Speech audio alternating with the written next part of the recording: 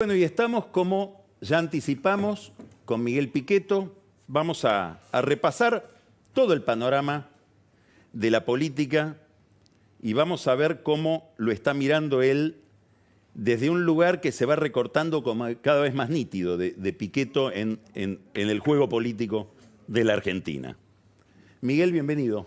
Bueno, gracias Carlos por la invitación y, bueno, coincidiendo con alguna de tus reflexiones que recién vertiste, me parece que el poder, el liderazgo, que es un concepto distinto al rol del presidente. A ver.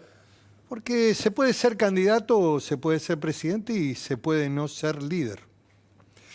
El peronismo tiene algunas experiencias bastante interesantes. Cámpora, Solano Lima, Perón. Es un escenario complejo. El desarrollo de los acontecimientos en ese escenario donde el liderazgo no está identificado con el poder presidencial aparece como complicado, con situaciones que perturban, indudablemente.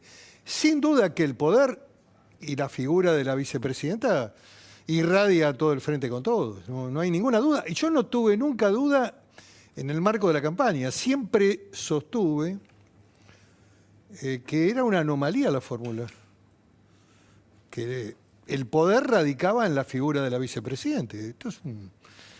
Los politólogos en la Argentina, no quiero desprestigiarlos, pero suelen hablar con el diario del lunes siempre. Creían que podía haber un Alberto moderado en el centro. También Clarín se compró esa. Clarín compró esa Versión. Sí.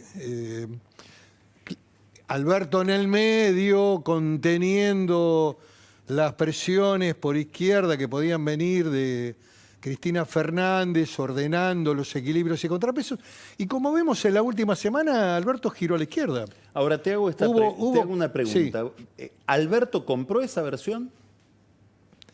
Bueno, habría que... ¿Cuánto hubo de ingenuidad y cuánto hubo de cinismo en su propuesta? Tal vez vos sabés que el optimismo siempre es un elemento fundamental en la vida de los hombres y mucho más en un político. Tal vez él creía y se creía capaz, y se cree capaz todavía de poder contener estas aguas turbulentas que cruzan el frente de todos.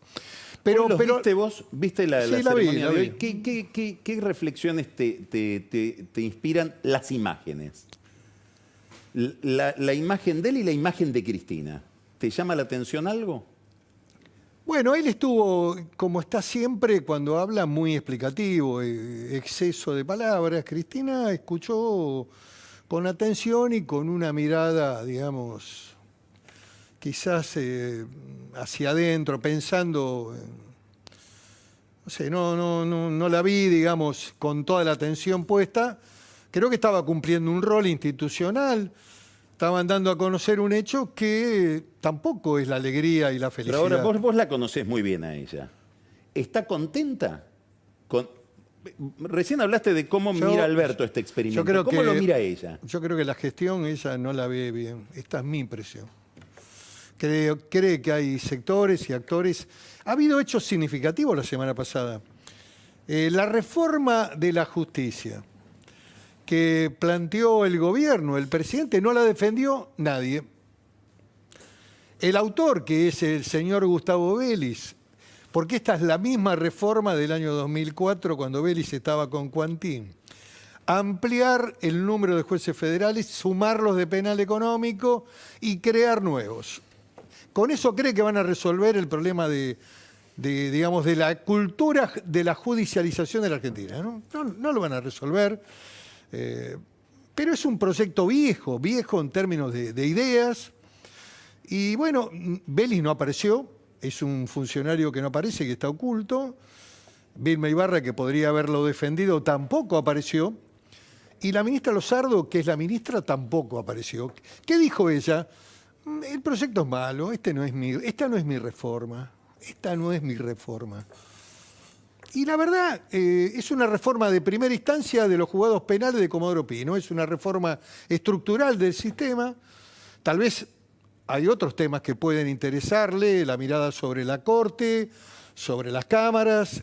De hecho, está interviniendo el Senado en la convalidación o no, lo más probable es que sea que no, de los jueces Bruglia y Bertuzzi, que son los camaristas penales federales, y que fueron ratificados. Acá hay un escenario muy interesante para seguir más detenidamente, que fueron legitimados esa transferencia de los tribunales federales orales a la Cámara Federal, fueron legitimados por la Corte Suprema, que está muy ausente. Vamos a ver qué pasa ahí. ¿Cómo te imaginas el papel de la Corte en todo este conflicto judicial? La Corte tiene ya expedido la validez de dicha transferencia. Ahora bien, del año 2018. Bruglia y Bertuzzi fueron con un recurso per saltum directo ante la Corte, pero la Corte aparentemente no tiene muchas ganas de tratar este tema por per saltum. Siempre tuvo resistencia al per saltum. Bueno, vamos a ver qué pasa, porque si la Corte ratifica lo que dijo antes, que sería coherente, estamos frente a un conflicto de poderes, porque estoy convencido que el Senado del kirchnerismo va a avanzar contundentemente en la Comisión de Acuerdos para desplazar eso. Ahora te quiero hacer esta pregunta. Todo esto que estás contando, que tiene un grado de complejidad técnica... Sí, que no es comprensible muchas veces. Y que en situaciones normales aparece una vez cada 100 años un problema de esta naturaleza en un país normal. ¿Cómo lo pensás a la luz de la pandemia, la cuarentena, la crisis económica? No, inoportuno, indudablemente. Fuera de marco. Hoy mismo prácticamente no hubo mensaje a la pandemia y a la cuarentena. Se han dado cuenta que las imágenes de la cuarentena... Yo tengo una teoría que la he formulado públicamente, todo el mundo me salió a agraviar. Temprano. Yo lo que dije es que cuidado con esos que todo el día aparecen diciéndole que no a la gente. La gente pierde libertades, pierde su comercio, pierde su trabajo, su vida, su felicidad. El derecho a la felicidad es un derecho que realmente debería estar en la Constitución. La vida de relaciones humanas. Se pierden alegremente y viene alguien y te dice, lavate la cara, ponete el tapaboca, no salgas, quédate en tu casa porque tu negocio se va a fundir, quédate en casa. Cuidado con eso, porque cuando el proceso pase y la sociedad argentina pueda reflexionar sobre lo que perdió, cuidado que eso no va a ser un rédito, haber sido la cara de la negación de las libertades, de los derechos. Eso es un tema que me parece que ya está operando en el gobierno, por eso no hubo conferencia de prensa de los tres, tanto del gobernador como de Rodríguez Larreta y el presidente, porque se dieron cuenta que los números en las encuestas empiezan a bajar. Contame, vos conocés como nadie la provincia de Río Negro, la Patagonia. ¿Qué estás viendo en todo esto que sucede alrededor de la seguridad? No lo estoy viendo solamente en Río Negro, en la Patagonia, que es una continuidad de hechos que vienen desde hace aproximadamente 6 años, 5 años incubándose. Incluso hubo preparación, logística, tareas cooperativas con supuestos pueblos originarios. John Esguala, que era uno de los líderes que pasaron de vender en la feria de Bolsón, digamos, artesanía para convertirse en líderes revolucionarios de la Araucanía. Y viene toda una corriente ideológica de Chile y viene una visión, hay un tufillo senderista de que se puede retomar la posesión de la tierra y de que no te reconocen la bandera, hay una pérdida de soberanía, hay un conjunto de temas que el Estado no se ocupó. No se hizo durante el gobierno de Macri, se intentó hacer, y el caso Maldonado, que se impregnó de mentiras, se llenó de un montón de discursos que había habido violación de derechos humanos y que luego fue un accidente, frenó o paralizó la recomposición del Estado de Derecho, de la vigencia de la ley y del orden, como valores ordenadores de una sociedad. Entonces, a partir de ahí hubo mucha más presión, hoy hay convalidación, hay una mirada de dejar hacer del gobierno nacional, de las fuerzas federales y de la ministra de Justicia, que cometió el disparate de seguridad. Perdón, de la ministra de Seguridad, la señora Frederick, que comete el disparate de denunciar a los ciudadanos de Bariloche que fueron a protestar por la toma de los mapuches en el Mascardi, que no son mapuches, hay algunos, y la mayoría también es del conurbano, y fueron en la época de Tierra y Vivienda, y todos los que tomaron la zona del INTA, que es una de las zonas más hermosas, ricas en términos de especies arbóreas, acacias, que son cerca de 120 hectáreas, que son del Estado federal, son gente que ha migrado a Bolsón en busca del paraíso perdido, mucha estructura conurbana, mucha migración pobre, de pobreza extrema, pero con una convalidación del Estado. Fue la fiscal federal y dijo, bueno, no hay acá ningún hecho que pueda avanzarse desde el punto de vista de que se ha cometido un delito. Ahora, ¿cómo lo ves a Massa desde la presidencia de la Cámara de Diputados llamándole la atención a la ministra de Seguridad, diciendo usted tiene que intervenir? Bueno, me parece que es bastante consecuente con sus ideas. En ese sentido me parece que es bueno que las mantenga. Es contradictorio en el gobierno que consiente. Es como la liberación de los presos. Que Massa, donde él también se mostró... se desenganchó. Es como la declaración que yo comparto y que además fuimos parte de haber recibido autoridades venezolanas del gobierno de Guaidó, la embajadora, y que juntos declaramos que Venezuela era una dictadura. Bueno, pero no solamente lo de Bariloche y lo de Bolsón. Acá hay toma de tierras en el conurbano, muy fuertes, toda la zona sur. Se están tomando también viviendas desocupadas. Hay como una cosa que se había anunciado en un momento en el marco de la campaña electoral, de que los que tengan 2 viviendas, una la van a tener que entregar a la revolución. Está ocurriendo, está ocurriendo. Delincuentes peligrosos que fueron liberados para que vayan a delinquir, también con la venia del Estado. Bueno, estas son las taras... ¿Qué quiere decir con la venia del Estado? Con la convalidación, las decisiones del juez Violini, juez de la Cámara de Casación, único juez, y del doctor De Gastaldi, presidente de la Corte, y de la doctora Kogan, que hoy participa, y los demás integrantes de la Corte que convalidaron la liberación de más de 2.000 presos peligrosos. Narcos, asesinos, delincuentes que hoy están asolando el conurbano y la ciudad de Buenos Aires. Y la Justicia Nacional también liberó delincuentes peligrosos. Hay una tara mental en la Argentina que permite que los delincuentes estén robando, matando gente y los ciudadanos tengamos que tener esta cuarentena prolongada increíble, donde no podemos hacer nada, donde no se retoman las actividades a pleno. Y tiene que ver con lo que vos hablabas también, con la economía. Si no se pone en marcha definitivamente el proceso económico y la rueda de la economía empiezan a funcionar a plenitud y se vuelve a recuperar la cultura del trabajo. Hay mucha gente que se acostumbró a quedarse en casa, ¿eh? Hay mucha gente que no quiere volver al trabajo, ¿eh? Cuidado con esto, ¿eh?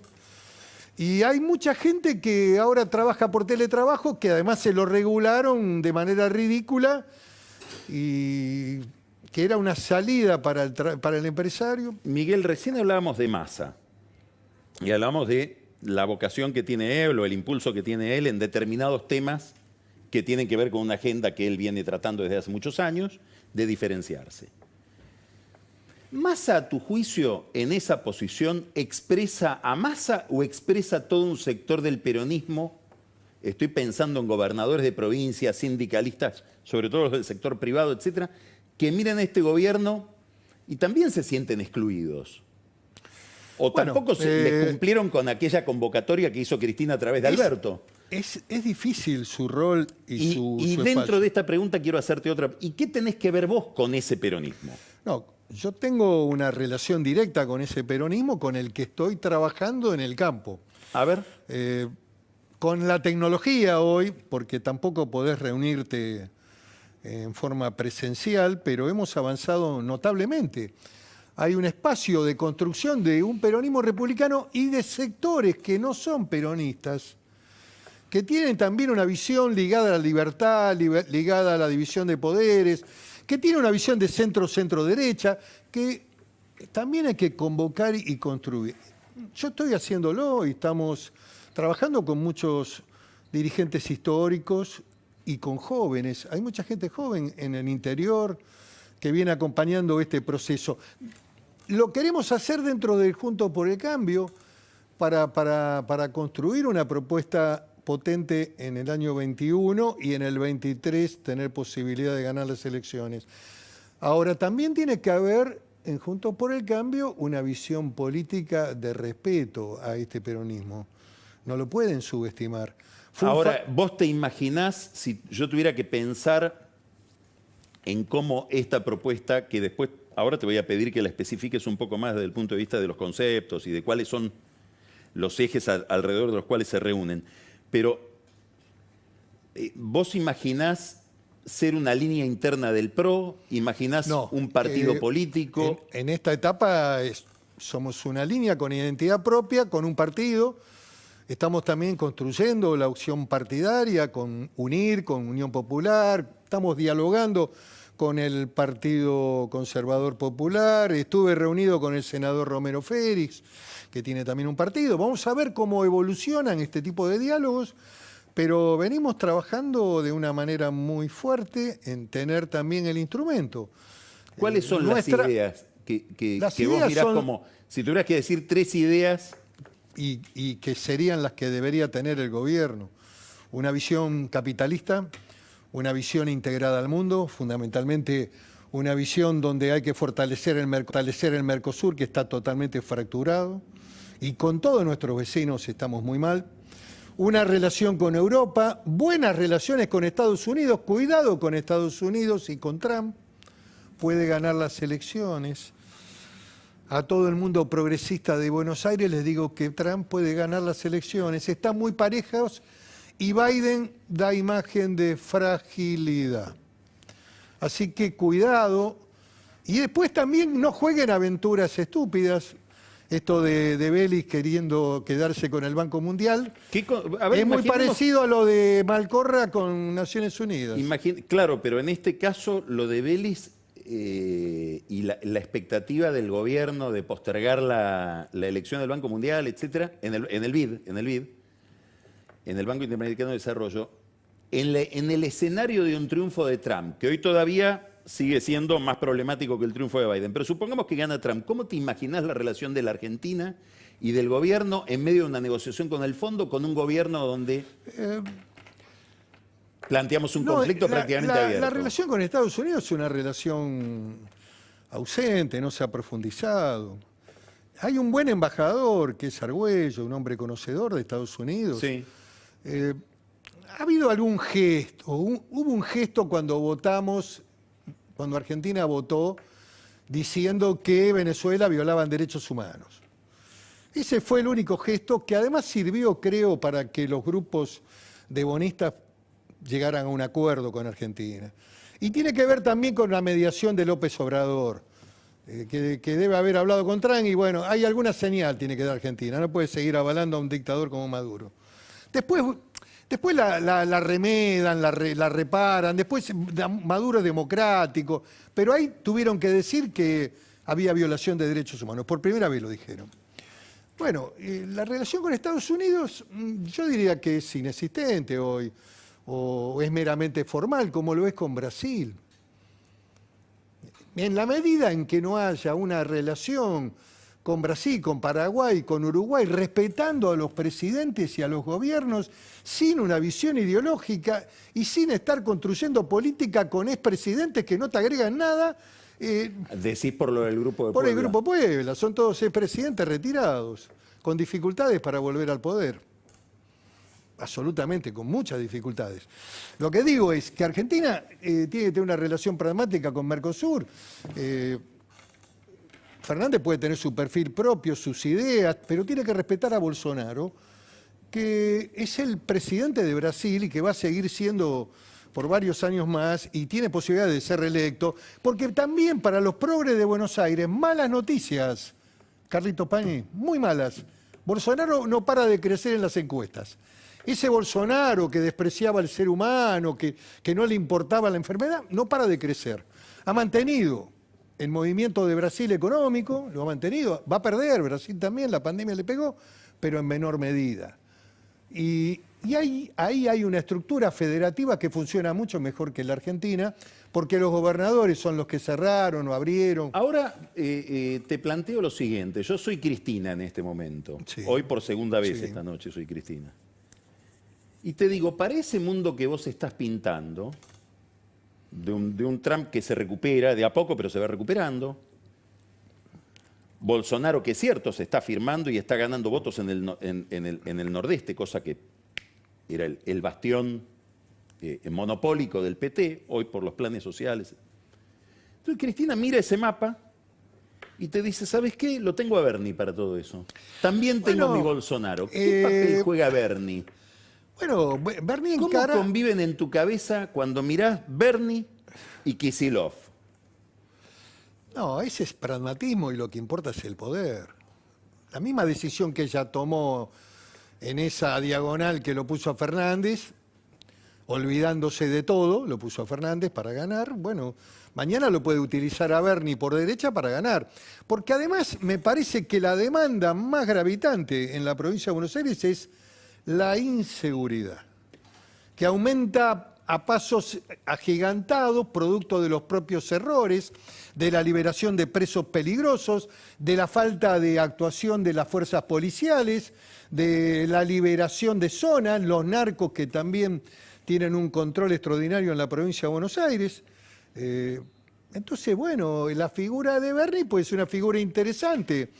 ¿Qué vas a poner? ¿Un candidato a la cámpora dentro de un año, cuando la demanda va a ser de seguridad? Lo están construyendo, lo van a medir, están jugando con las variables y lo van a hacer en la medida que les convenga.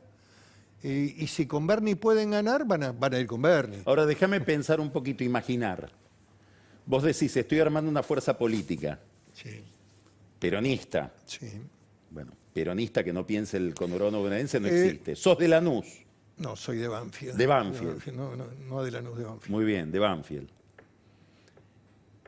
¿Te ves compitiendo con Bernie?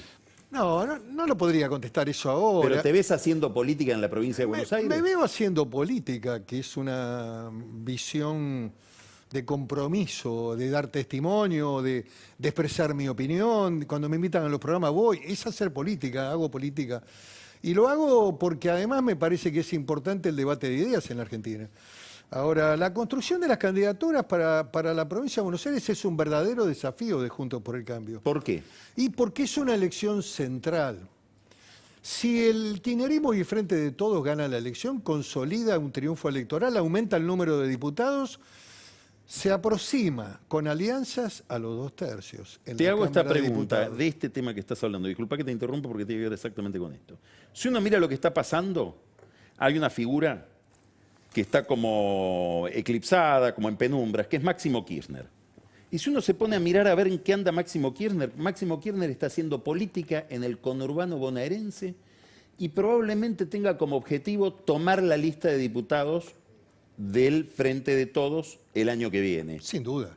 Bueno, eso se traslada al Congreso con mayor poder. Ninguna duda. ¿Cómo sería ese país con ese poder del kirchnerismo redoblado en el Congreso y un gobierno de Fernández? Con independencia de que ganen o pierdan. No quiero hacer un cuadro apocalíptico, pero me remito a algunas visiones. Es un equilibrio de poder distinto. Algunas visiones se anuncian. El kirchnerismo, vos podés discutirlo, pero sabe a dónde va. Claro. No tiene muchas dudas existenciales de cuál es el camino. Yo creo que tienen un enfoque comercial y de relaciones políticas internacionales para completar el tema que hablamos, más cerca de China que de Occidente, de Estados Unidos, y que además también conciben a China como un proceso de inversión económica en el país. Bueno, eso está desarrollándose, para mí puede ser malo para la Argentina, porque por donde pasan los chinos son muy depredadores. África es una buena experiencia para analizar la conducta china, pero tampoco significa no tenerlos de clientes de productos primarios, significa tener tratos pragmáticos, no la centralidad. Hablamos recién del BID. Sí. Hace 15 años, cuando recién había sido elegido presidente del BID, Luis Alberto Moreno, que es el que se está yendo del BID, está yendo, sí. tuvo una entrevista con Pepe Mujica, que era presidente electo del Uruguay. Y le dijo, ¿qué opina de los chinos? Y Mujica le dijo, los chinos, esos sí son bravos. En 10 años vamos a estar extrañando a los gringos. Bueno. ¿Es tu visión? Es mi visión porque tienen un marco de ocupación, de predación, de bajos salarios. Digamos, actúan, digamos, en los planos que actúan, digamos, hay experiencias incluso locales. No voy a ser políticamente correcto, pero en el tema supermercados, que juegan con competencia desleal, con precios, con productos que se compran en el mercado negro. Es un juego. Pregúntale a los supermercadistas qué opinan de la competencia china. Y bueno, este es uno de los grandes desafíos geopolíticos que tiene la Argentina. Yo me pararía en Occidente, me pararía en el Mercosur, me pararía en las relaciones con Europa, me pararía en una relación inteligente, pragmática y equilibrada con China, pero no le daría todo el juego a China. Te saqué del tema y vos estabas hablando de Juntos por el Cambio. Decime dónde lo ves a Macri, dónde la ves a María Eugenia Vidal, dónde lo ves a Larreta. No, los tres son ¿Y actores. dónde ves al radicalismo, del que no hemos hablado? Los tres son actores importantes de Juntos por el Cambio. A Macri lo veo activo y preocupado y motivado por seguir haciendo política. Yo no lo veo en retiro, lo veo muy... Está siguiendo muy de cerca la problemática de la Argentina. ¿Hablas con él? Hablo con él. No todos los días, pero una vez a la semana, por teléfono. Ahora está de viaje, pero a veces también lo veía en la casa. Tengo un buen diálogo. Con Larreta también. Yo creo que Larreta es un emergente interesante. Me parece que llegan los momentos en donde un hombre tiene que descubrirse a sí mismo. ¿Qué quiere decir eso? Quiere decir que tiene que tener identidad propia y audacia. Napoleón decía que los generales tenían que tener audacia y construir su propio camino. ¿Lo ves muy cauteloso? Lo veo siempre prudente, pero a veces hay que arriesgar para liderar. ¿Vidal? A Vidal la veo muy callada, es de las que cree que no hay que hablar en este tiempo tan complejo, que los que hablen en este tiempo pueden desgastarse. Me parece que ella imagina eso. Pero es un capital siempre, para la provincia de Buenos Aires, una figura potente, tiene una buena imagen. En los encuestadores que miden imagen. ¿Qué quiere decir eso? Que la imagen a veces, la imagen y los votos a veces no van juntos. Lavagna era el hombre que más imagen tenía en la Argentina, sacó 6 puntos. Lo que digo es que hay que caminar la provincia y tener intención de voto. Y hay que trabajar abajo en los sectores populares. La provincia de Buenos Aires va a estar metida en la patria del pobrismo. Mucho manejo de planes, mucho IFE, mucho recurso para dominar el escenario electoral, manejar el voto y consolidar poder. Por eso la pobreza es funcional a la continuidad de un proyecto de poder. La pobreza y el pobrismo como construcción ideológica, con el Papa Francisco, no con todos los jesuitas. Vos sabés que tengo un amigo que es jesuita, vos también. Sí, claro, Rodrigo. Y que lo respeto mucho. Sí. Y que llegó al 1.000.000 de cajas. Hizo una gran campaña. Esta semana, y tiene una visión humanista. Con Seamos Uno. Pero la visión de la Laudato, que es los únicos papeles que escribió el Papa, la verdad que, como dice Lori Sanata, son un conjunto de ideas muy precarias que no comparto para nada. Ahora, hay un sector, cuando se dice que la pobreza puede pasar de 35 a 50%, ahí hay un 15% de gente... Clase media baja, que claro, baja la pobreza. Que no es eso que vos estás describiendo. No es gente cuya expectativa se puede satisfacer con un plan social. No, para nada. Bueno, entonces la pregunta es esta. Vos vas a ir a hablarle a esa gente. Juntos por el Cambio va a tener que hablarle a esa gente. Probablemente quien le ponga voz a esa gente... Esa es la gente que le hablamos... Y es lo que decide la elección. Es la que decide la elección. ¿Cómo le vas a hablar a esa gente después de la experiencia recesiva en que el macrismo dejó el poder? ¿Qué le decís de qué pasó? Yo te diría algo que es bastante también disruptivo. Yo te diría que la economía de Macri antes de la derrota de la primaria, venía con el dólar a la baja, estabilizándose en la inflación y que los datos eran alentadores. La derrota de la primaria liquida el plan de Macri y empieza a instalar el plan de Fernández. El dólar empieza a dispararse. Había problemas. El 2018 fue un año de complejidades con 2 devaluaciones. Ahora, el proceso era con orden fiscal. ¿Y qué te crees que va a pasar cuando se sienten con el fondo? Van a construir el relato de la victoria. No te olvides que tuvieron que aumentar la oferta en 16.000 millones de dólares. Yo no quiero ser malo con Guzmán. Pero Guzmán empezó con una oferta menor, terminó pagando 16.000 millones de dólares más. Más o menos lo que querían los bonistas. Sí. Creo que se acercó casi exactamente a lo que querían ellos. Lo podríamos haber hecho antes y hubiéramos ahorrado incertidumbre. Vos querés decir con el que fondo con van el fondo pasa van lo a mismo. tener que arreglar y el fondo le va a pedir un plan fiscal. El problema de la Argentina es qué haces con el gasto fiscal y social de la Argentina. ¿Qué haces con la política social? ¿Qué haces con todo el mundo planero? ¿Cómo haces para pagarle a todo lo que le pagás y encima tener, digamos, esquemas de orden fiscal para afrontar los compromisos que te los van a pedir? Acá, digamos, el relato malvinero del éxito, ¿viste? No va más. En esto estuvieron prudentes, debo decirlo. Cuando cerraron con los acreedores, medianamente, ¿viste? No hicieron el discurso de la fragata en Mar del Plata. Hicieron un discurso racional.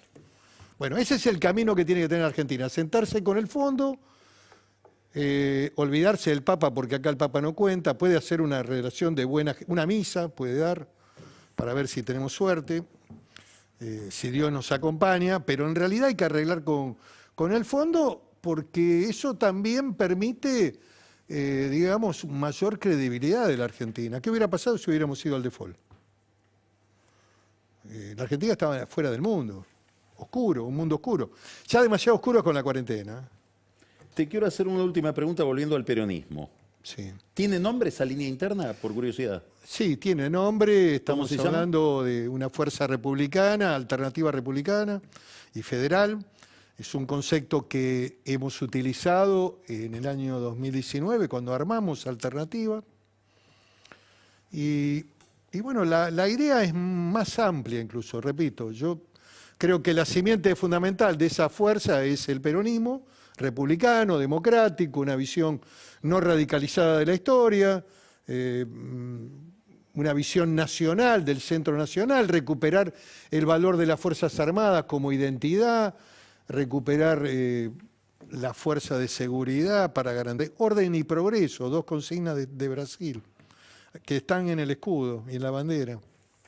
Estos son valores que la Argentina va a anhelar muy fuertemente en el corto plazo. Miguel Pichetto, bueno, todo un programa. Bueno, sí, un programa y un núcleo duro de ideas que además las vengo repitiendo en el esquema de campaña que hice con Macri, donde construí un mensaje del por qué me sumé a Macri, que era una visión del capitalismo, una visión de la integración al mundo, una visión donde se sale por el lado del trabajo y la educación. Esas son las salidas. No se sale Esto por el último lado... lo estás diciendo por lo que dijiste recién de la pobreza. Claro, lo estoy diciendo por eso y porque esa cultura nos mata, esa cultura nos liquida. La visión de una Argentina... Fíjate lo que dijo el presidente, que lo perturba la opulencia, y yo la verdad lo contradigo. Buenos Aires tiene bolsones de pobreza, villas de emergencia, lugares oscuros dominados por el narco. ¿De qué opulencia me habla? ¿De Recoleta y Puerto Madero? ¿O algo de Palermo? Hay un proceso hasta de decadencia en términos, digamos, del empobrecimiento de la gente en la calle durmiendo. Yo digo, ¿qué es este discurso que están construyendo? ¿Qué le quieren? ¿Sacar la coparticipación a la reta? ¿Qué es lo que quieren hacer? Diciéndole que es el responsable del coronavirus, cuando en la provincia de Buenos Aires no saben dónde están parados. No tienen al doctor Goyán que no sabe ni dónde está parado. ¿Por qué este proceso, en lugar de bajar, sube? 6 meses de cuarentena y estamos a la par de los países que no cerraron. Es una respuesta que nos van a tener que dar y la vamos a poder evaluar cuando pase un poco el tiempo, no ahora. ¿Vos crees que hay un debate abierto ahí? Hay un debate abierto si hicieron las cosas bien o mal. Y si el mundo de los epidemiólogos, una mirada que no era de síntesis. El otro día en un reportaje que hizo Alconada-Amón en el diario La Nación a Cartus, un pensador hindú, dijo, hace falta una visión de síntesis, donde tenés que tener a los especialistas médicos, a los expertos epidemiólogos, a los economistas, a los psicólogos, porque la gente se deprime, porque va a haber mucha depresión y mucha enfermedad a posteriori de esto, y no te pueden tener encerrado todo el tiempo. Y además ya la orden ya no se cumple también, que este es otro tema, es mantener una consigna con poco cumplimiento. Bueno, Miguel Piqueto. Fíjate lo que pasó en Rosario el otro día. Sí, la manifestación de los... Sí, pero con una consigna, que se vayan todos. Cuidado con eso. El agobio, la incertidumbre, la falta de esperanza, es un mensaje sin esperanza el de la cuarentena. No hubo nadie que hablara de una mirada esperanzada de cara al futuro, nadie. Era todo oscuro, la noche era oscura, estaba todo cerrado, vos te tenías que quedar en tu casa y mientras tanto el mundo se caía. Tu mundo económico, el mundo de afectos, eso todo se destruía y vos te tenías que quedar en tu casa. Un absurdo. ¿Alguien va a evaluar esto después? A ver qué pasó con esto, la entrega de las libertades que hicimos los argentinos. Miguel, muchas gracias. No, gracias, Carlos. Muchas Muy gracias. amable, muchas gracias. Vamos ahora a un corte y nos vamos a encontrar con Marcos Buscaglia, con Pancho Olivera y después un gran whisky donde viene Daniel Vilota con una gran pintura política y Carola con un libro que los va a sorprender porque es de una vigencia salido recién del horno, referido a cuestiones que se hablaron durante el fin de semana. Ya volvemos. Y la verdad que esa maravillosa ciudad que es Buenos Aires, que me enorgullece, que nos enorgullece a todos, que todos la disfrutamos, es al mismo tiempo una ciudad que nos llena de culpa, de verla tan opulenta, tan bella, tan desigual y tan injusta con el resto del país.